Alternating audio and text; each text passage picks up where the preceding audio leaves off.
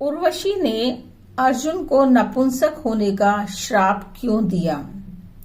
अपने हस्तिनापुर के राज्य को वापस पाने के लिए पांडव अज्ञातवास के दौरान अपनी शक्ति बढ़ाने के लिए अनेकों प्रयास कर रहे थे।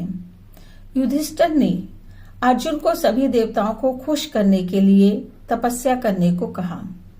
अर्जुन की तपस्या से शिव पार्वती प्रसन्न हुए और उन्होंने अर्जुन को इंद्रदेव के इंद्रलोक में जाने का वरदान दे दिया।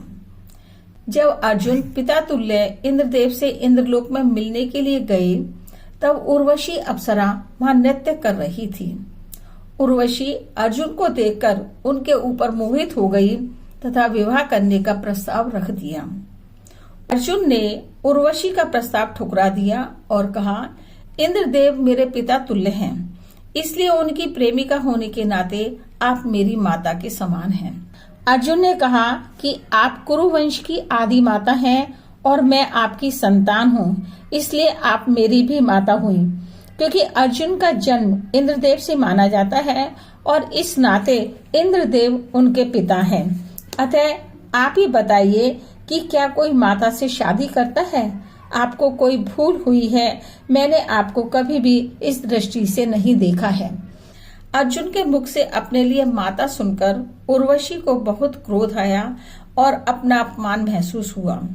उर्वशी को लगा कि अर्जुन को अपने पौरुष पर अभिमान है, जबकि उर्वशी स्वर्गलोक की सबसे सुंदर अप्सरा भी थी और सबसे ऊंचा पद भी था। उर्वशी का श्राप सुनकर अर्जुन इंद्रदेव के पास आए और उर्वशी द्वारा दिए गए श्राप का सारा वृतांत बताया। इंद्रदेव ने उर्वशी को अपने पास बुलाया और कहा, तुम्हारे संबंध अर्जुन के पूर्वजों से थे, इसलिए अर्जुन के साथ तुम्हारा विवाह नहीं हो सकता है। यह सुनकर उर्वशी का गुस्सा शांत हुआ। उर्वशी ने अर्जुन से कहा, यह श्राप मैं वापस तो नहीं ले सकती, पर हाँ, उसका समाधान निकाल सकती हूँ।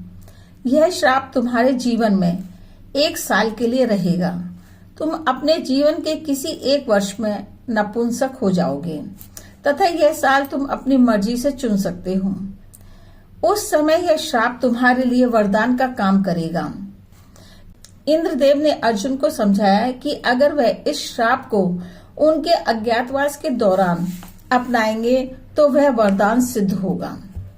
यही एक कारण था के लिए अर्जुन ने अपने अज्ञातवास के आखिरी साल को नपुंसक के रूप में बिताया।